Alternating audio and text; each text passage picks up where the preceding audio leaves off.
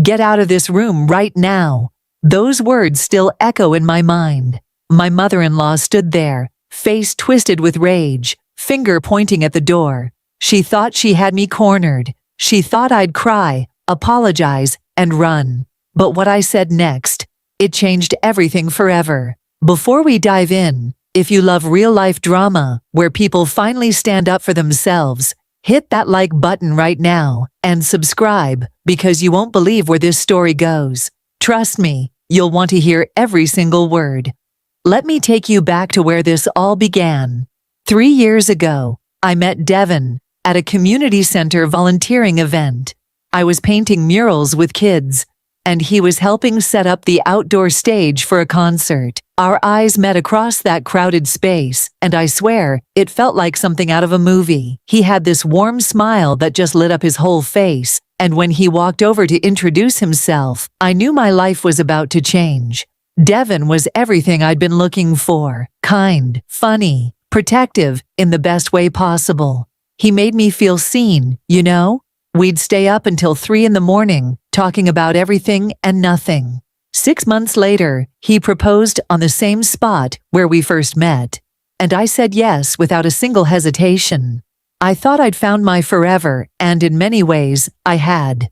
But what I didn't know was that marrying Devin meant inheriting Diane. Meeting his mother for the first time should have prepared me for what was coming.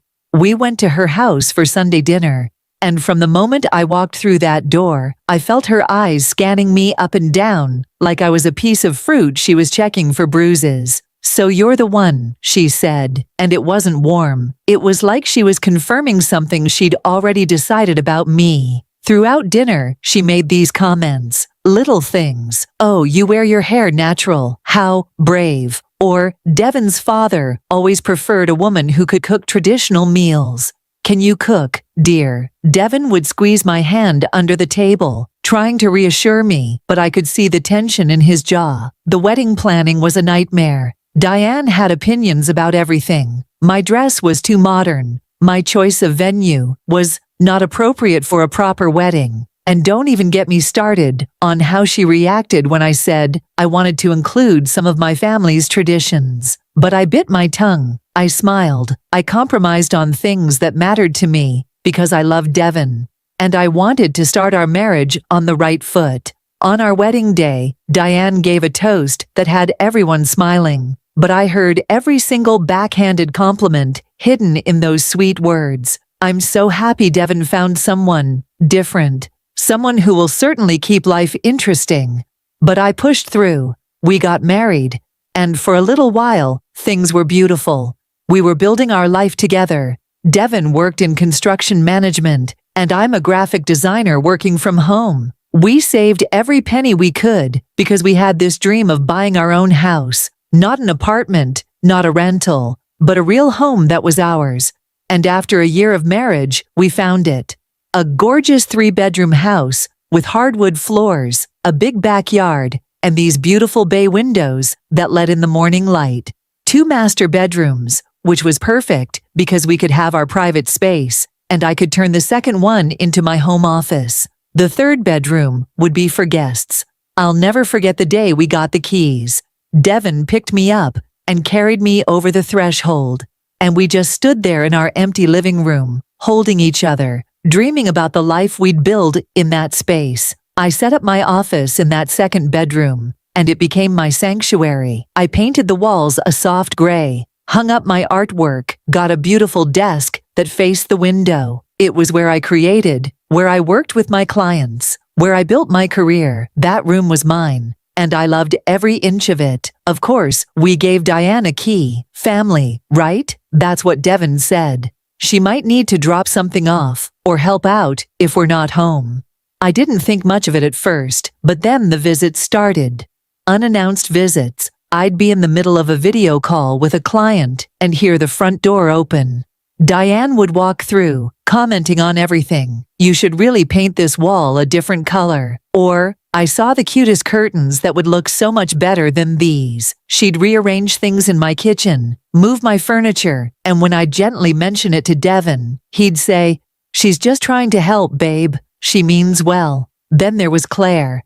Devon's younger sister. She was 24, still living at home with Diane, and honestly I felt bad for her. Diane babied her to the point where Claire couldn't seem to do anything on her own. She'd had 3 jobs in 2 years, couldn't keep a relationship, and seemed completely lost. But Diane treated her like she was made of glass. "My baby girl just needs time to find herself," she'd say. What Claire needed was to grow up. But nobody was allowed to say that. Everything shifted about 6 months after we moved into our house. Claire lost another job, and Diane called Devon in a panic. "Your sister is struggling. She needs family right now. She needs support." Before I knew it, Devon was asking me if Claire could stay with us for a couple of weeks, just until she got back on her feet. I said yes. How could I say no? She was family, and 2 weeks seemed manageable. Claire moved into our guest room, and Diane acted like we'd just saved her daughter's life. 2 weeks turned into a month. A month turned into 2 months. Claire wasn't job hunting, not really. She'd sleep until noon, watch TV all day, and Diane would come over constantly, bringing her groceries, doing her laundry, cooking her meals. It was like Diane had moved in too, except she got to leave at the end of the day. My house stopped feeling like mine. I'd find Claire and Diane in the kitchen when I came out for lunch, rearranging my cabinets. I'd hear them talking in the living room about decorating ideas, about changes they wanted to make to my house. And Diane started making these comments. She'd walk past my office and pause at the door. "Claire just loves rooms with good natural light," she'd say. Or, "This is such a big space for just one person to work in." I'd laugh it off. But something in my gut told me to pay attention. After 3 months of Claire living with us, I finally told Devon we needed to talk. I explained that I loved his sister, but we needed our space back. We were newlyweds. We deserved privacy in our own home. Devon agreed. He promised he'd talk to Claire about finding her own place. That weekend, Diane invited us over for dinner. She called it a family meeting, which should have been my first clue that something was wrong. We sat around her dining table, and Diane started talking about how Claire was struggling with depression and anxiety, how she needed stability and family support. And then she dropped the bomb. "I think Claire should stay with you two permanently, at least for a year or 2, until she's really stable." I almost choked on my water. Permanently. Devon looked uncomfortable, and I jumped in. "Diane, we agreed this was temporary. We need our space." But Diane looked at me with these cold eyes and said, "Family takes care of family. I thought you understood that." I barely slept that night. I kept thinking about how my home had been invaded, how my space was being taken piece by piece, and nobody seemed to care how I felt about it. But I had no idea what was coming. 2 days later, on a Tuesday morning, I was working from home. I had a huge presentation due for a client, and I was deep into designing the final mock-ups when I heard a car pull up. I glanced out my office window and saw Diane's car. She hadn't called. She never called. I heard the front door open, that familiar sound of her key turning in the lock. But this time, I heard 2 voices, Diane and Claire. My heart started pounding. Something felt wrong. I tried to focus on my computer screen, telling myself they'd probably just stay in the living room or kitchen like usual. But then I heard footsteps coming down the hall, coming toward my office. The door opened without a knock, and there stood Diane with Claire right behind her. Claire was looking around my office like she was touring a house for sale, studying the walls, the windows, the space. I pulled off my headphones. "I'm working," I said, trying to keep my voice polite. "Can this wait?" Diane walked right in, Claire following her. "We need to talk about Claire's room," Diane said. I frowned. "The guest room?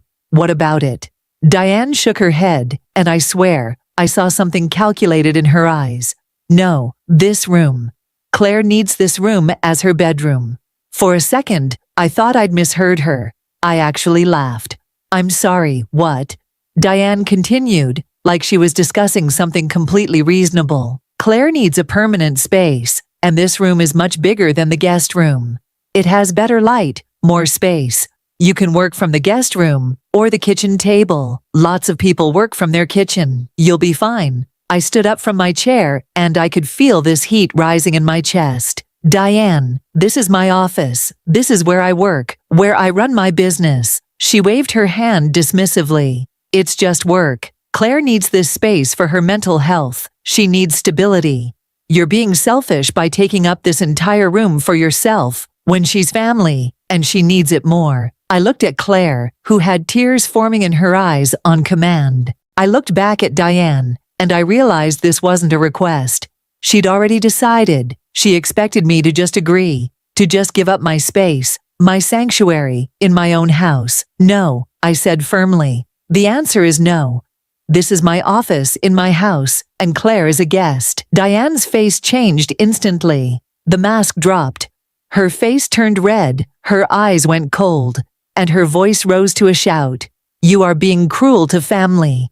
Claire needs this, and you just want it. There's a difference.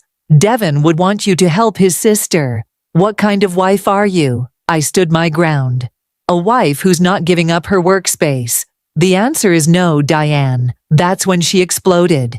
She started yelling about how ungrateful I was, how she'd welcomed me into the family, how I was tearing the family apart. Claire was full-on crying now, sobbing about how nobody cared about her, how she just needed one thing, just this one room. And then Diane stepped closer to me, her finger pointing at the door, her face twisted with rage, and she screamed those words that I'll never forget. Get out of this room right now. This room belongs to Claire. Get out. The room went silent, except for Claire's sobbing. Diane stood there, shaking with anger, absolutely certain that I would back down, that I would apologize, that I would leave my own office in my own house because she demanded it. But something inside me snapped. 3 years of biting my tongue. 3 years of accepting disrespect. 3 years of being treated like I didn't matter in my own life. It all came crashing down in that moment. I stood up slowly. I took a deep breath, and I looked Diane right in her eyes and said, very calmly, very clearly, no, Diane. You get out. Her mouth literally fell open. Claire stopped crying. You could have heard a pin drop. I continued, and my voice didn't shake. This is my house, my office, my home. Claire is a guest here. You are a guest here. Neither of you gets to demand anything. Neither of you gets to tell me what to do in my own home. Diane tried to interrupt, but I held up my hand. I'm not finished. I welcomed Claire into our home for 2 weeks. Not 3 months. Not permanently. 2 weeks. I've been patient. I've been kind.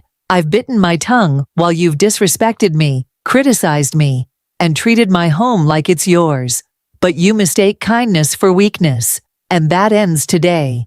Diane's face went from red to almost purple. How dare you speak to me this way? I'm Devin's mother. I nodded. You are. And I've tried to respect that. But this is not your house to redesign. Claire is 24 years old, not a helpless child. And you enabling her isn't helping her. It's hurting her. I turned to Claire. You have 2 weeks to find somewhere else to live. That's more than fair. Then I looked back at Diane. And you're going to give me that house key right now. Today. You will never let yourself in again. You will never make demands in my home again. Diane looked like she was about to have a stroke. Devin will never agree to this. He'll take my side. He's my son. I felt my hands shaking, but my voice stayed steady. Then Devin and I will have a very different conversation about our marriage. But your opinion about what happens in this house is done. That's when we all heard it. The front door opening. Devin's voice calling out, Babe? Mom? What's going on? He'd come home early, probably got a text from Diane, I realized later. Diane practically ran out of my office toward him. I heard her voice, high and hysterical. Your wife is throwing Claire out onto the street. She's being cruel. She won't help family. Tell her she has to give Claire this room. I walked out calmly, and I saw Devin standing in the hallway, looking confused and tired. Claire was crying, telling him how she just needed help, how I was being mean to her. Diane was pulling at his arm. Tell her, Devin. Tell your wife that family comes first. Devin looked at me, and I just stood there. I didn't say anything. I just let him see my face, see 3 years of exhaustion and disrespect written all over it. He looked at his mother, at his sister, and then back at me. "What happened?" he asked quietly. I explained, keeping my voice level. The demand for my office, the expectation that I just give up my workspace, the entitlement, the disrespect. Diane kept interrupting, but Devin held up his hand. "Mom, stop." He turned to Claire. "You've been here for 3 months. We said 2 weeks. That was already generous." Then he looked at his mother, and I saw something change in his face. Something harden. "This is not your house, Mom. This is not your decision to make. You don't get to come into our home and demand anything." Diane's eyes went wide. "I'm your mother." Devin nodded. "You are, and she's my wife. My partner. My priority. And I should have set these boundaries a long time ago." He held out his hand. "The key, Mom." Diane just stared at him, like he'd slapped her. "You're choosing her over your own mother, over your sister." Devin's voice was firm. "I'm choosing my marriage. I'm choosing respect. Give me the key." Diane's hands were shaking. As she reached into her purse, she pulled out the key and slammed it on the hallway table. "You'll both regret this," she hissed. "Family doesn't forget." Then she grabbed Claire's arm and stormed toward the door. Claire was crying, looking back at Devin like he was abandoning her. The door slammed so hard, the pictures on the wall shook. And then it was just us, Devin and me, standing in the hallway of our house. He turned to me, and I saw guilt written all over his face. "I'm so sorry," he said quietly. "I should have protected you. I should have set boundaries years ago. I let my mom treat you like you didn't matter, and you do. You matter more than anything." I felt tears finally coming, and I let them fall. "I needed you to have my back," I said. "I needed to feel like we were a team." He pulled me into his arms. We should have been from day one. I failed you, and I'm sorry." We spent that whole evening talking, really talking, about how he'd been so afraid of losing his mother that he'd been willing to sacrifice my comfort. About how I'd stayed quiet to keep the peace, but lost myself in the process. About how Claire needed to grow up, and Diane needed to let her. We decided to start couples counseling. We made new rules. No unexpected visits. No demands. No overstepping. Our home was ours. Our marriage came first. It was the most honest conversation we'd ever had, and it hurt.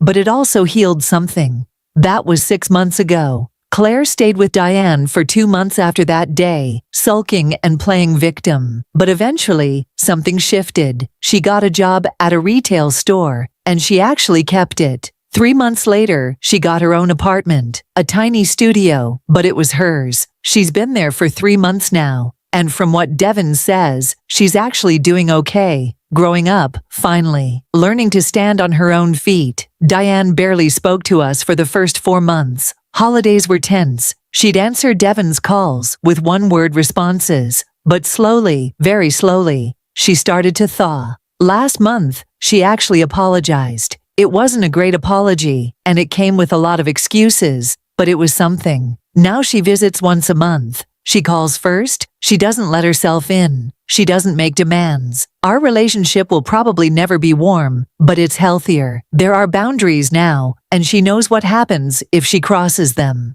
Devin and I are stronger than we've ever been. Therapy helped us learn how to communicate, how to be a real team. My office is still my office. I'm working on the biggest project of my career right now, and I'm doing it from my space, my sanctuary, in my home. And every time I sit at my desk and look around that room, I remember the day I found my voice, the day I stopped shrinking myself to make others comfortable. So that's my story. When Diane demanded I give up my office for her daughter in my own house, I finally understood that respect isn't given, it's required. If you're dealing with in-laws who don't respect boundaries, or family who think your space is theirs to claim, drop a comment below. You're not alone in this. Hit that like button if this story hit home. Subscribe for more real stories about standing your ground. And share this with anyone who needs permission to protect their peace. Remember, being kind doesn't mean being a doormat. Your home, your rules, period. Thanks for listening.